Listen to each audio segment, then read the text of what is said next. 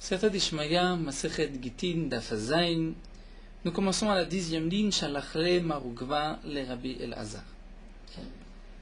Donc à propos de ce que nous venons de voir concernant les sirtout, que lorsqu'on écrit un pasouk de la Torah ou du Nach, il faut tracer une ligne avant de l'écrire. Nous avons vu une marloquette, est-ce que c'est 2 mots qu'on peut écrire, mais le 3e mot, il faut déjà qu'il y ait une ligne, ou 3 mots on peut écrire, mais lorsqu'il y en a 4, il faut à ce moment-là tracer une ligne. Donc puisqu'on a parlé de ce sirtout, la Gemara continue et nous rapporte quelques cas où les Chachamim ont, avant d'envoyer même une lettre, lorsqu'ils ont écrit le pasouk, ont tracé une ligne. Shalachne Marugba le Rabbi Elazar. Marugba a envoyé la question suivante à Rabbi Elazar. Bnei Adam ha'omdim alay. Des hommes ha'omdim alay qui sont contre moi. Les Charef ou le Gadef, qui sont là pour insulter, pour blasphémer. Donc ils viennent le contrarier. Ou Beyadi les Mosram la Malchut et Marugba se pose la question, mais j'ai la possibilité de les dénoncer aux autorités, aux Meller, et ainsi de m'en débarrasser. Maou, est-ce que j'ai le droit d'agir ainsi ou pas? Sirtet vekatavle. Rabbi Elazar a tracé une ligne et lui a écrit la réponse suivante. Il lui a écrit le pasouk. Amarti. David Ameler dans Teilim dit Amarti. Amarti, j'ai dit Eshmera derachai mechato bilshoni. Eshmera lefi marsom beod rasha lenigdi. Donc David Ameler dit, j'ai gardé mes chemins de fauté avec ma langue, j'ai gardé ma bouche. Som beod rasha de chemin lefi marsom, il a comme un arrêt à sa bouche, alors que le rachat est en face de lui. C'est-à-dire, afalpi chez rachat lenigdi, eshmera lefi marsom. Bien que le rachat est contre moi, donc j'ai mis un marsom, un arrêt, un barrage à ma bouche pour ne pas donc aller même le dénoncer. Donc la réponse était ne les dénonce pas. Shalachle Marugba lui renvoie la question suivante et lui dit mais kametzahareli tuva. Dire il m'ennuie, il me dérange beaucoup, ils me font souffrir. Velomatzina de ikumbeu. Et je n'arrive pas à me lever contre eux, je n'arrive pas à m'en débarrasser, que vais-je faire? Shalachle, il lui a écrit la réponse suivante. Dom Lachem vitrollelo, dit le pasouk. Dire Dom, tu vas te taire, Lachem, vitrollelo, tu vas espérer en lui. Dom Lachem, dire toi tu te tais, tu ne dis rien. Vehu, yapilem lecha chalalim chalalim, et lui va les faire tomber comme des cadavres devant toi. Il lui a dit Ashkem ve'arev alem le bate midrash. Tu vas te lever tôt le matin, tu vas tu vas te rendre le matin et le soir les bêtes à midrash, à la maison d'études, ven kalim elehem, et eux-mêmes vont disparaître par eux-mêmes. Dans le Dom Lachem vitrollelo, nous avons une deuxième dracha, comme explique Tosfot, c'est que Dom Milachon dimdume chamat, et lorsque le soleil brille, soit le matin ou le soir, et ainsi ils vont devenir chalalim devant toi, des cadavres devant toi. Et effectivement, Adavar Yetza Mipi Rabbi Elazar, la parole est sortie de la bouche de Rabbi Elazar, et c'est ce qui est arrivé, Venatnuhu l'Gneva Bekola.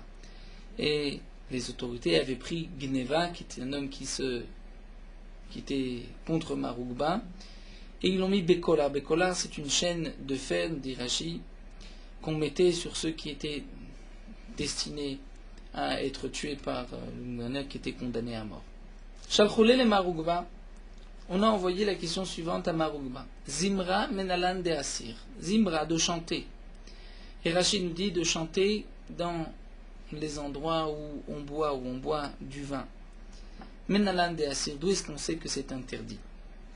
Donc l'explication ici de Rachid, c'est de chanter, donc de la musique aussi, bebet amishtaot, là où on boit du vin. Tosfot nous rapporte aussi à Yerushalmi, rapporte qu'un homme avait l'habitude de se lever et de se coucher avec de la musique, et ceci est aussi interdit puisque c'est un ta'anouk particulier. On parle ici après la destruction du Beth Amikdash, comme nous allons le voir. Donc d'où est-ce qu'on sait que c'est interdit de se réjouir par cette musique à ces moments-là? Sirtet vekatav lehu, il a tracé une ligne, il lui a écrit Altismach Israël el gil be'amim. Ne te réjouis pas d'Israël, une guise des joies, donc be'amim, parmi les peuples. Donc lorsqu'arrive comme nous avons vu ici, la galoute, après la destruction du Beth Amikdash, on ne doit pas se réjouir avec même coutume que les peuples, donc de chanter de la musique au moment où les gens sont assis pour boire du vin. La Gemara s'est demandé pourquoi il ne lui a pas envoyé ce pasouk. C'est marqué Beshir lo yishtu yain Beshir, au moment où ils chantent lo yishtu, ils ne vont pas boire du vin. Yemar shechar les shotav, c'est-à-dire que devienne amer l'alcool, la bière, les shotav à celui qui la boit. Donc là on voit que aussi après la destruction de Beth Amikdash, Beshir lo yishtu yain, c'est marqué Mefourash, lorsqu'on boit du vin, on ne va pas chanter, on ne va pas faire de la musique. Imeahu, la Gemara répond. Pourquoi Marouba n'a pas répondu de ce passouk? Parce que si on avait juste ce passouk Avamine, on aurait pu penser à Némilé Zimra Demana. Que c'est seulement avec Zimra Demana. Seulement lorsque c'est avec des instruments de musique. Aval des Pouma, mais si c'est chanté avec la bouche sans musique, peut-être qu'on pourrait penser que c'est permis. Kamash Malan, le deuxième passouk, Altismach Israël El Gilma Amim, que même chanter lorsqu'on est attablé et qu'on boit du vin, ceci est interdit à cause de la destruction du Beit Amikdash. Amar le Ravuna bar Natan le Ravashi. Ravuna bar Natan dit à Ravashi, Maï dirtiv, quelle est la signification du pasuk? Kina ve dimona ve ad-ada. Nous avons dans Yehoshua le nom de quelques villes en Eretz Israël, et là nous allons voir que la Gemara va être Doresh, le nom des villes. Donc au début dans le pasuk c'est marqué Kina, dimona ve ad-ada. Que signifie cela? Marley il lui a dit Matvata de Eretz Israël Kachashi. Et ici le pasuk vient nommer les noms des villes d'Eretz Israël. À Marley, il lui a répondu, mais à toi, Anna, lo yadanam, tafta d'Eretz Israël Khashiv. Je pense que je ne sais pas que dans le passouk, l'explication simple, ce sont les noms des villes d'Eretz Israël. Seulement, il y a une dracha, Rav Givia, mais Arigiza, Rav Givia qui venait de cet endroit de Arigiza, Amar Bata'ama lui a donné une explication, une dracha dans les passouk. Que signifie Kina? C'est Milachon Kin'a, Kol Shishlo Kin'a. Tout celui qui a une kina, Rachid traduit une kina, c'est-à-dire une colère. À cause d'un tsa'ar, s'il l'a fait souffrir, il est en colère contre lui. Donc, kol sheshlo kina al-chavero, tout celui qui est en colère sur son prochain, vedomem, et que malgré tout il se tait. Vedimona, on le traduit par vedomem, il se tait. Shochen adeat, c'est-à-dire celui qui est installé dans les cieux, kadosh baruch hu ose lodin, lui va s'occuper de cette personne et va régler son jugement. Donc le passou vient nous dire Kina, donc s'il y a une dispute avec son prochain, Dimona est consulté. Donc Ve'ad Ada, on traduit Shochen Ade Ad. Le Jborou qui est dans les cieux à jamais, Oselodin, il réglera donc ce jugement. Amarley lui a dit Elamata, si c'est ainsi, si tu es d'Oresh le passou, comment tu vas expliquer cet autre passou? Tsiklag, ou Madamna, Madmana. Tziglag, Madmana, Vesansana. Ces trois noms, comment vas-tu être Doresh? Achiname, Amarle, Achiname, est-ce que là aussi tu vas être Doresh ainsi? Amarle, il dit, Ave Rav Gevia, Bergiza Acha, Ve Amar Batama. Effectivement, si Rav Gevia, Bergiza était là, il aurait pu expliquer être Doresh ce pasuk. Ravacham Ibechuzay Amar, Ba. Ravacham Ibechuzay lui a expliqué ainsi. Hachi, c'est ainsi qu'il a dit. Kolmi sheshlo tsaakat legima. Tziglag, on va traduire tsaakat legima. C'était lorsqu'un homme, Reuven, vole de Shimon, c'est-à-dire il descend, Rachid dit, dans sa vie, c'est-à-dire il lui prend sa parnassa, legima, nashon mezono, de ce qu'il va manger, sa parnassa. Vedomem, et que malgré tout il se tait, shochen besene oselodin. Kadosh Borou qui réside dans le séné, dans le buisson ardent. Oselodin va juger à sa place, va régler le jugement. Donc là aussi on est d'Oresh le Passou. Ainsi Tziglag, c'est-à-dire Tzakat Legima. Madmana, on traduit par Dom, c'est-à-dire se taire. Sansana, donc Shochen Besene. Hamale Rashgaluta le Ravuna. Agma continue toujours dans les interdictions après la destruction du Beth Amikdash. Rashgaluta, qui était à la tête de la Galoute, a dit à Ravuna Kelila minalan de asso. Kelila, c'est-à-dire une couronne qu'on avait l'habitude de faire à la tête, sur la tête des Khatanim, les jeunes mariés en or, en argent.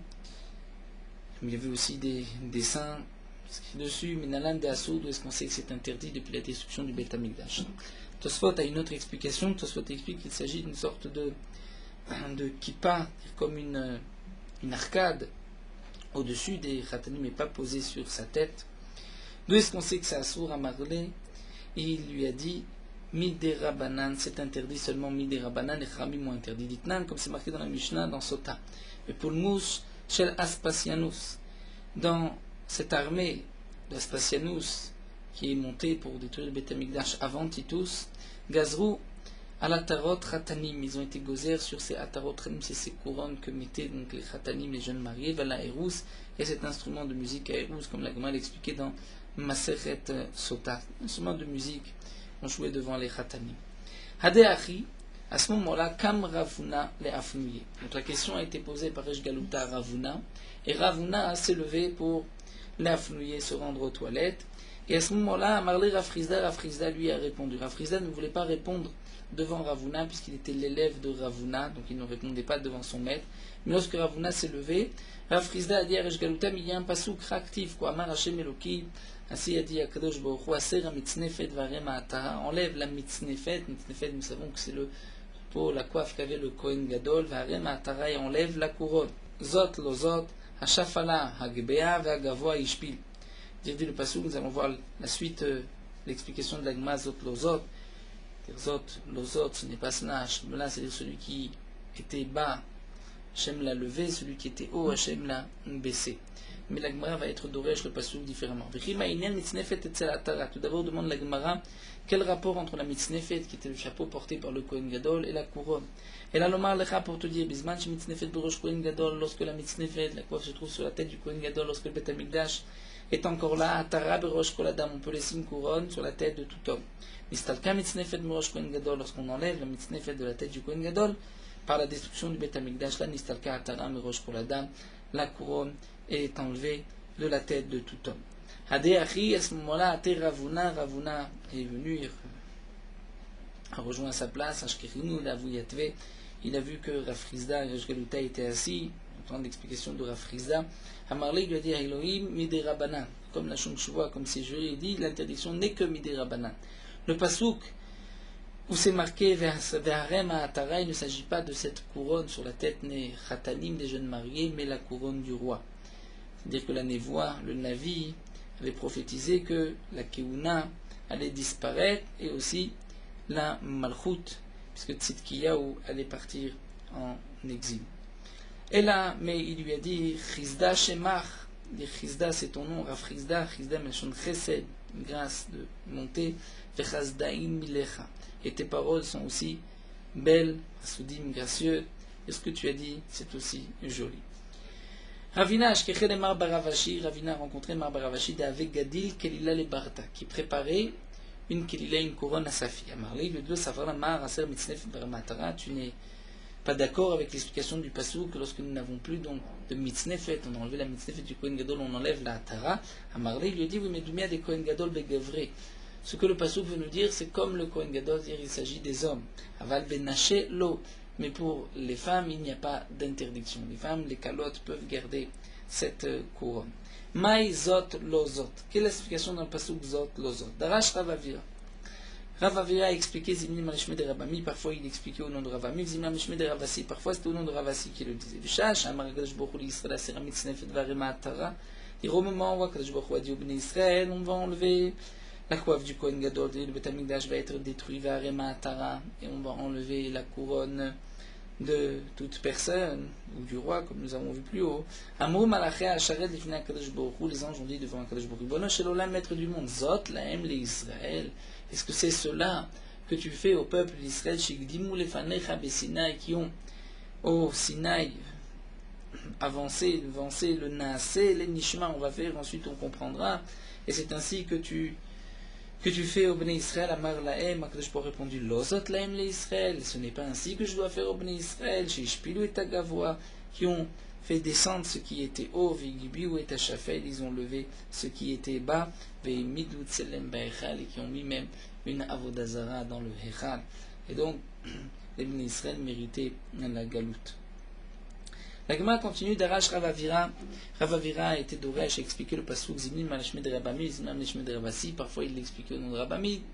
Parfois on l'entendait dire cela au nom de Rav Assi. Maïdirtiv, quelle explication du passouk? Amar Hashem, ainsi a dit Akadosh Baruch Hu, Im Shelemim Vechen Rabim.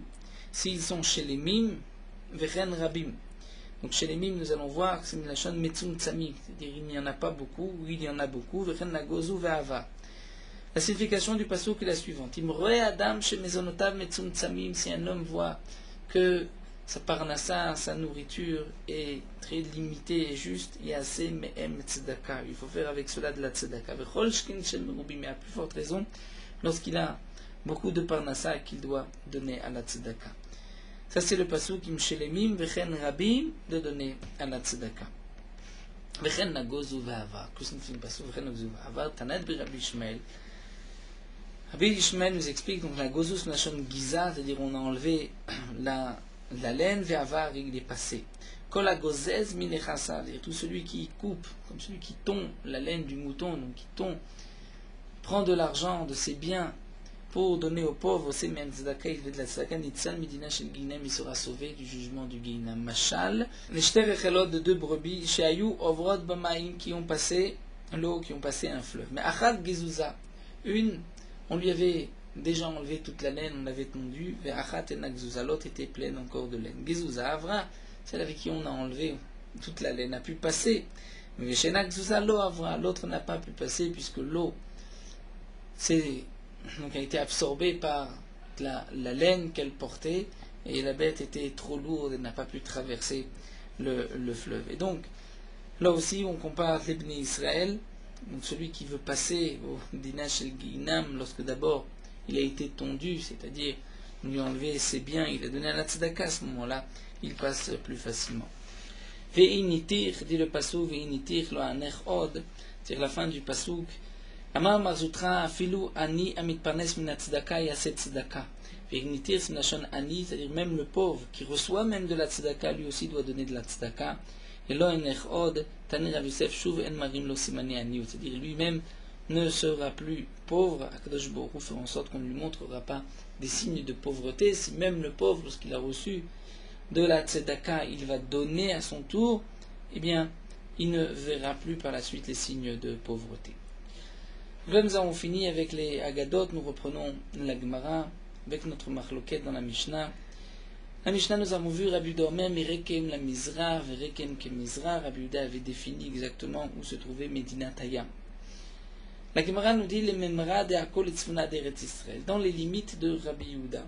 Donc ce n'était pas Mimdinat Hayam, c'est-à-dire d'outre-mer, puisque même tout autour d'Eretz Israël, déjà comme nous avons vu, Rekem faisait partie de l'Est, Akko du Nord, et on devait dire Mefanan Nirtam, Mefanan Nirtam. En tout cas, nous voyons de là que Akko se trouve l'Itzfona d'Eretz Israël Kaimé, au nord d'Eretz Israël, puisque nous avons dit mais Akko l'Etzafon, ve Akko Ketzafon. Donc Akko se trouve au nord d'Eretz Israël, Urminou.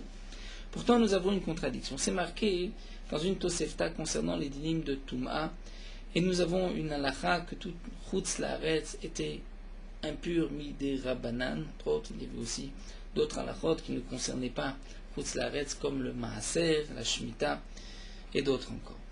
Et là, Mishbraïta nous dit, la Tosefta nous dit, Hayam alech me'Akko le Keziv, lorsqu'un homme marche de Akko vers Keziv. Keziv, c'est donc une ville qui était plus au nord que Akko. Et la Tosefta nous dit, Mimino, dire lorsque sur ce chemin de Akko à Keziv, lorsque l'homme se tourne vers sa droite, les Mizrach vers l'est, à derrière du chemin, Tmea Meshumeret Sa'amim, donc toute cette partie est impure, comme si c'était donc Eretz Sa'amim, c'était Chutz Laaretz, la terre des peuples, donc il y a une impureté sur Eretz Sa'amim. Uptura mina Maaser, dispensé du Maaser, puisque c'est Chutz Laaretz, la cheville de la Shemitah, Hachi va d'Alecha Sheicha, jusqu'à preuve du contraire, jusqu'à ce que tu saches que la limite d'Eretz Israël ne suit pas ce chemin, mais que ce chemin se trouve peut-être un peu plus dans les rentrées dans Eretz Israël et que la frontière d'Eretz Israël se trouve un peu plus loin. Mais tant que tu ne sais pas, tu considères que tout ce qui est à la droite est considéré comme Chutz Laaretz, Misemolo, ce qui est à sa gauche, les Maharav à l'ouest, à derrière du chemin, Tehora, c'est pur, Mishumeret Sa'amim, c'est considéré comme Eretz Israël, Chayavet B'Maaser, une obligation de Maaser ou Beshvi et de la Shemitah, Hachi Vaderecha Shiptura, jusqu'à ce que tu saches, jusqu'à preuve du contraire, tu saches que ça c'est pas tour, dire que le chemin, lui, au contraire, là dans ce cas-là, peut-être que le chemin penche un peu vers Chutz Laaretz. On a fait une petite entrée dans Chutz Laaretz. Et Adechan, Ad Keziv, jusqu'à où? Jusqu'à cet endroit appelé Keziv. Donc la question de la Gemara, c'est que nous voyons que Akko n'est pas à la frontière nord d'Eretz Israël, puisqu'il y a encore Keziv qui est plus haut, puisque nous dit Rashi certainement que Akko est à 1 ou 2 jours de marche de Keziv, donc Akko se trouve plus au sud que Keziv, et les limites d'Eretz Israël sont jusqu'à Keziv et non pas jusqu'à Akko. Donc c'est la question de la Gemara, puisqu'on voit qu'à l'est c'est déjà Chutz Laaretz, à l'ouest c'est Eretz Israël, donc certainement que au-dessus de Akko nous sommes encore dans les limites d'Eretz Israël. Rabbi Ishmael ben Rabbi Yossé, même Shumaviv, Rabbi Ishmael ben Rabbi Yossé disait au nom de son père, au nom de Rabbi Yossé, Ad Lavlevo, non pas jusqu'à Keziv, mais jusqu'à Lavlevo. En tout cas, nous voyons donc que Akko se trouve du côté est. Amar Abaye, Abaye répond, ce n'est pas une question. Akko se trouve en vérité au nord. Seulement, nous avons Retsua comme une petite lanière, une parcelle de terrain Nafka qui sort de Akko jusqu'à Keziv. Donc, cette parcelle de terrain sort de Akko vers Keziv. Donc c'est vrai que Akko est considéré comme déjà la limite d'Eretz Israël, mais cette Retsua est encore Eretz Israël. Seulement à la droite de cette Retsua, c'est Chutz Laaretz, mais on est toujours au nord. La Gemara s'étonne et demande alors, Yahiv Tana Simana Hachi, le Tana va nous donner les simanim à droite, à gauche, juste pour une petite parcelle de terrain de Akko jusqu'à Keziv. La Gemara répond, oui. Kran Amei Yahiv Simana, on retrouve dans le Pasuk aussi un siman pour un tout petit morceau de terrain. Comme c'est marqué, Dirti, Vayomru, ils ont dit, Nechag Hashem Beshilo, la fête d'Akadosh Baruch Hu Beshilo, Miyamim Miyamima. C'était donc depuis toujours ainsi. Asher Mitzfona le Bethel, donc Shilo qui se trouve au nord de Bethel. Mizracha Hashemesh, à l'est du soleil. Limsila, du chemin Haolem mi Bethel Shechema, qui monte de Bethel vers Shechem. Minegev la Levona, et au sud de Levona. Donc on voit que Shilo se trouve au nord de Bethel et à l'est de ce chemin, mais au sud de Levona. Famar Rav Papa, et Rav Papa a expliqué les Mizracha chez le Messila, c'est-à-dire Shilo se trouve à l'est de cette Messila, de ce chemin. Donc nous voyons dans ce pasouk que le pasouk définit l'endroit de Shilo par rapport à ce chemin, ce petit chemin qui monte de Bethel vers Shechem. Donc on voit que même un chemin comme cette Messila de Bethel vers Shechema, le pasouk en tient compte, et donc on peut dire que le Tana lui aussi tient compte d'une petite Retsua, une parcelle de terrain de Akko jusqu'à Keziv.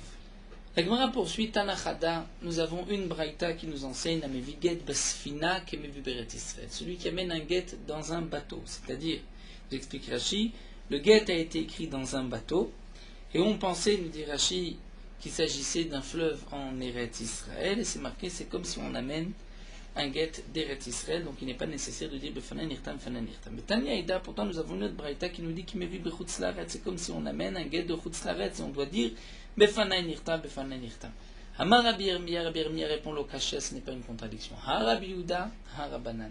Tout dépend si c'est Rabbi Yehuda ou les Chachamim. Dites-nous, nous allons voir cette marloquette entre Rabbi Yehuda et les Chachamim. Afar Chutz Laaretz. Un cas assez particulier, on prend de la terre de Chutz Laaretz, qu'on met dans un bateau, Habab Esfina la Haaretz, et que le bateau arrive vers Eretz Israël, à ce moment-là, Chayav Bemaaser Bishvit, ceux qui va pousser dans ce bateau, et Chayav de Maaser et de la Shemitah, comme si ça avait poussé en Eretz Israël. Amar Rabbi Yehuda, et Rabbi Yehuda dit, et Matai, dans quel cas, Bisman, Shasfina Gosheshet. Seulement, si la Sfina, Gosheshet, c'est-à-dire elle touche le sol, que l'eau n'est pas profonde. Donc on parle ici, nous dit Rachid, d'un bateau qui est en Cheres, en terre cuite, donc il n'est pas nécessaire de faire des trous, puisque généralement nous avons besoin d'un hatzit, soit nakouv, c'est qu'on fasse un trou pour qu'il y ait un contact avec la terre, mais lorsque le pot est en terre cuite, il n'est pas nécessaire de faire de trou, puisque la terre va absorber, prendre ses forces de la terre d'Eretz Israël, donc ce qui va pousser les yonek d'Eretz Israël même. Donc Rabbi Yehuda lui dit, dans quel cas on est chayav b'maaser seulement si le bateau touche le sol, Sinon, si en svina gosheshet, c'est patour. Donc on voit bien que la marloquette entre les Chachamim et Rabbi Yehuda se situe lorsque le bateau ne touche pas. D'après les Chachamim, le fleuve est considéré comme Eretz Israël. D'après Rabbi Yehuda, le fleuve ce n'est pas Eretz Israël, sauf si le bateau va toucher le sol. Et donc on peut répondre ainsi à la contradiction des deux braïtot. La braïta qui nous dit que celui qui amène un guet dans un bateau, c'est qu'il met Eretz Israël, c'est d'après les Chachamim qui pensent que le fleuve a le même statut qu'Eretz Israël. La deuxième braïta, c'est Rabbi Yehuda. Abaye Amar, Abaye dit non. On peut expliquer différemment. On peut dire Have Rabbi Yehuda, les deux braïtot c'est Rabbi Yehuda. Et on va expliquer ainsi, Velo Kasha, Kan Bisman Shena Sfina Gosheshet, tout dépend. Si le bateau ne touche pas le sol, ou Kan Bisman Shena Sfina Gosheshet, si le bateau touche le sol. Lorsque le bateau touche le sol, nous avons vu que d'après Rabbi Yehuda, c'est comme Eretz Israël. Donc celui qui amène un guet qui a été écrit lorsque le bateau se trouve dans des eaux qui ne sont pas profondes, où le bateau touche le sol, là, il n'est pas nécessaire de dire Bifana Nirtam, Bifana Nirtam. Mais lorsque le bateau est dans un endroit profond et qu'il ne touche pas le sol, là dans ce cas-là, ce n'est pas comme Eretz Israël, il faudra dire d'après Rabbi Yehuda. Nous allons nous arrêter ici, la Gemara continuera avec cette marloquette de Rabbi Yehuda et des Chachamim, au Bezrat Hashem, d'Afachet. Nous poursuivons avec Morot Halacha d'Avzaïn. Concernant la deuxième bracha du Kriyat Shema, les Chachamim sont en marloquette dans la Gemara, quel est le Nosach? Comment commence le début de la deuxième beracha de Ahavat Olam ou Ahava Rabba? Certains disent dans la Gemara que c'est Ahava Rabba, d'autres Ahavat Olam, comme c'est marqué dans le pasuk V'Ahavat Olam Ahavtir. Le Shulchan Aruch marque que le Nosach et Ahavat Olam, et c'est le minhag des Sfaradim, les Ashkenazim, ont l'habitude, d'après le Rama, de dire Ahava Rabba. C'est que la deuxième bracha du Kriyat Shema du matin, c'est par rapport au pasuk Chadashim la Bekarim Rabba Emunatecha, donc c'est pour cela qu'on dit Ahava Rabba. Mais dans la deuxième bracha du Kriyat Shema du soir, là même les Ashkenazim ont l'habitude de dire Ahavat Olam. Certains ont l'habitude qu'en semaine ils disent Ahavat Olam, mais le Shabbat et le Yom Tov c'est Ahava Rabba. La deuxième bracha du Kriyat Shema ne commence pas par Baruch, mais Ahavat Olam ou Ahava Rabba et termine par Baruch, étant donné que c'est une bracha qui suit une première beracha, et c'est la règle lorsque nous avons une bracha qui suit une autre, la deuxième ne commence pas par Baruch, comme nous le retrouvons par exemple dans le Shmoneh Esrei, où toutes les bénédictions ne commencent pas par Baruch, à part la première, Baruch Ata Hashem, Loken Lokaotin, ensuite Baruch Hashem Magen Avram. La première commence par Baruch, termine par Baruch, mais les autres, Ata Gibor, Ata Kadosh, Ata Chonen, Shivenu, ne commencent pas par Baruch puisqu'elles suivent la bracha précédente.